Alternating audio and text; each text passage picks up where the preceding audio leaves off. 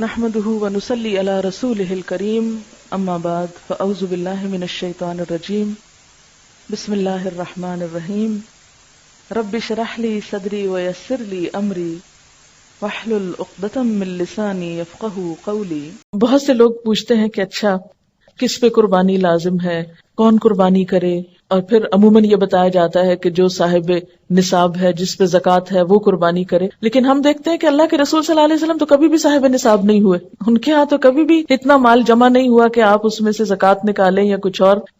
وہ تو جو آتا تھا دے ڈالتے تھے، اور یہاں تک حالت تھی تنگ دستی کی کہ حضرت عائشہ رضی اللہ تعالیٰ عنہا سے روایت ہے کہ جب سے آل محمد مدینہ میں آئے، یعنی آپ صلی اللہ علیہ وسلم کی فیملی جب سے مدینہ میں آئی، کبھی مسلسل 3 رات تک گندم کے آٹے کی روٹی سے سیر نہیں ہوئی، یہاں تک کہ آپ صلی اللہ علیہ وسلم وفات پا گئے۔ یعنی 3 دن بھی مسلسل روٹی نہیں پکی آپ کے گھر میں تھرو آؤٹ مدنی پیریڈ، پھر بھی آپ قربانیاں کرتے رہے۔ تو یہ قربانی پھر اصل میں کیا ہے؟ محبت کا اظہار ہے۔ اس کے لیے ضروری نہیں کہ آپ کے پاس اتنا سونا ہو یا اتنی چاندی ہو یا اتنا بزنس ہو یا اتنا بینک بیلنس ہو، بس آپ دیکھیں کر سکتے ہیں تو کر لیں، ایک قربانی بھی سارے گھر کی طرف سے کافی ہو جائے گی۔ لیکن محبت کے اظہار کے طور پر اللہ تعالیٰ نے خود جو طریقہ بتایا، کیونکہ آپ یعنی ویسے بھی محبت کے اظہار کے لیے تحفہ دیا جاتا ہے، لیکن جب آپ کو پتا چل جاتا ہے کہ فلاں شخص کو یہ چیز بہت پسند ہے، تو آپ کی پھر کوشش کیا ہوتی ہے کہ میں وہ دوں جو اس کو پسند ہے۔ اس لیے جب یہ باتیں کی جاتی ہیں نا کہ غریبوں کو روپیہ دے دینا چاہیے اس دن، اور فلاں چیز دے دینی چاہیے، اس پیسے کو فلاں کام میں استعمال کر لینا چاہیے، فلاں سڑک بنوا لینی چاہیے، فلاں پل بنوا لینا چاہیے، سب باتیں اپنی جگہ ہیں۔ لیکن آج آپ کے محبوب کو پسند ہے کہ آپ ایک جانور قربان کریں۔ یہ سارا سال پل بنوائیں، سڑکیں بنوائیں، جو مرضی کرائیں، لیکن آج اس کو کون سا تحفہ پسند ہے آپ کی طرف سے؟ جانور قربان کرنا۔ کیوں؟ اس لیے کہ آپ کاغذ کا روپیہ کسی کے ہاتھ میں دیتے ہیں نا تو وہ فیلنگ نہیں آتی۔ جب آپ ایک اپنے پالے ہوئے جانور کے گلے پہ چھری پھیرتے ہیں، تو جن گھروں میں جانور پالا جاتا ہے نا، ان بچوں کو آپ دیکھیں، وہ قریب نہیں جاتے، اس کا گوشت نہیں کھاتے کہ ہمارا پیارا جانور جو ہے وہ قربان ہو گیا، روتے ہیں باقاعدہ اس کی۔ اور اس وقت جو دل کی حالت ہوتی ہے، وہ روپیہ کسی کو پکڑانے سے وہ جذبات نہیں پیدا ہوتے، اور یہ یاد دہانی ہے مسلسل، یا اللہ آج اس جانور کے گلے پہ چھری پھیر رہا ہوں، کل آپ نے مجھے طلب کیا نا تو میں بھی حاضر ہوں، میں اپنی جان بھی دوں گا آپ کو، کیونکہ محبت میں تو پھر کوئی بھی چیز بچا کے نہیں رکھی جاتی نا۔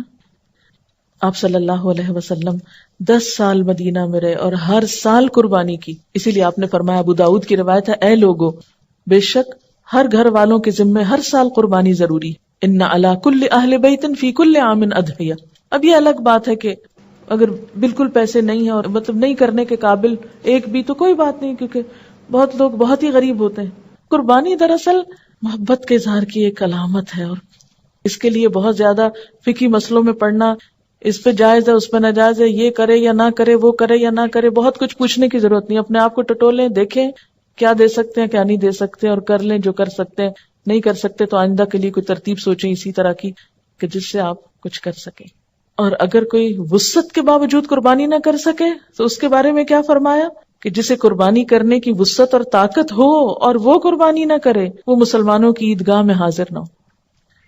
اب یہ ہے کہ بعض حالات واقعی ایسے ہوتے ہیں کہ انسان نہیں کر سکتا، کوئی جان بوجھ کے نہیں ایسے کرتا، ہمت نہیں ہے۔ مثلا ایک شخص کی مہینے کی آمدنی 3000 روپے ہے، وہ تو بچوں کا دودھ بھی نہیں پورا کر پا رہا، 2 وقت کی روٹی نصیب نہیں، وہ کہاں سے قربانی کرے، چاہے اس کا دل کتنا بھی روتا ہو۔ ایسا شخص کیا کرے؟ ایسے لوگوں کو بھی اللہ نے ثواب سے محروم نہیں رکھا۔ ایک آدمی نے حضور صلی اللہ علیہ وسلم سے عرض کیا کہ میرے پاس قربانی کے لیے تو کوئی جانور نہیں، لیکن میرے پاس دودھ دینے والا ایک جانور ہے، یعنی میرے گھر میں ایک مثلا گائے یا بکری وغیرہ ہے، اسی کو کر دوں؟ آپ نے فرمایا نہیں، اس کو نہیں کرو، کیونکہ اسلام جو ہے نا ایک اعتدال والا دین ہے، دوسروں پہ ان کی وسعت سے بڑھ کے بوجھ نہیں ڈالتا۔ آپ نے فرمایا نہیں، بلکہ تو عید کی نماز کے بعد اپنے بال، ناخن اور مونچھیں کٹوا اور اپنے پوشیدہ بال مونڈ لے، بس اللہ تعالیٰ کے نزدیک یہی تیری پوری قربانی ہے۔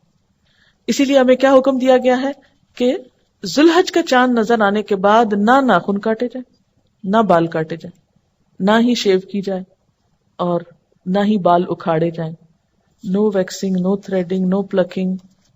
اور عید کی نماز کے بعد کیا کیا جائے؟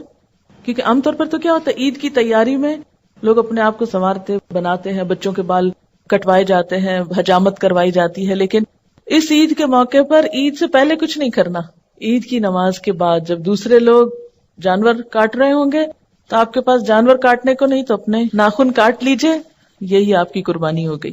یعنی جس کے پاس وسعت نہیں، اور جس کے پاس وسعت ہے قربانی کرنا ہے اس کے لیے بھی یہی حکم ہے. اور حاجی جو حج کرنے جا رہے ہوتے ہیں تو احرام کی حالت میں بھی ان بالوں کو ناخنوں کو آپ ٹچ نہیں کر سکتے.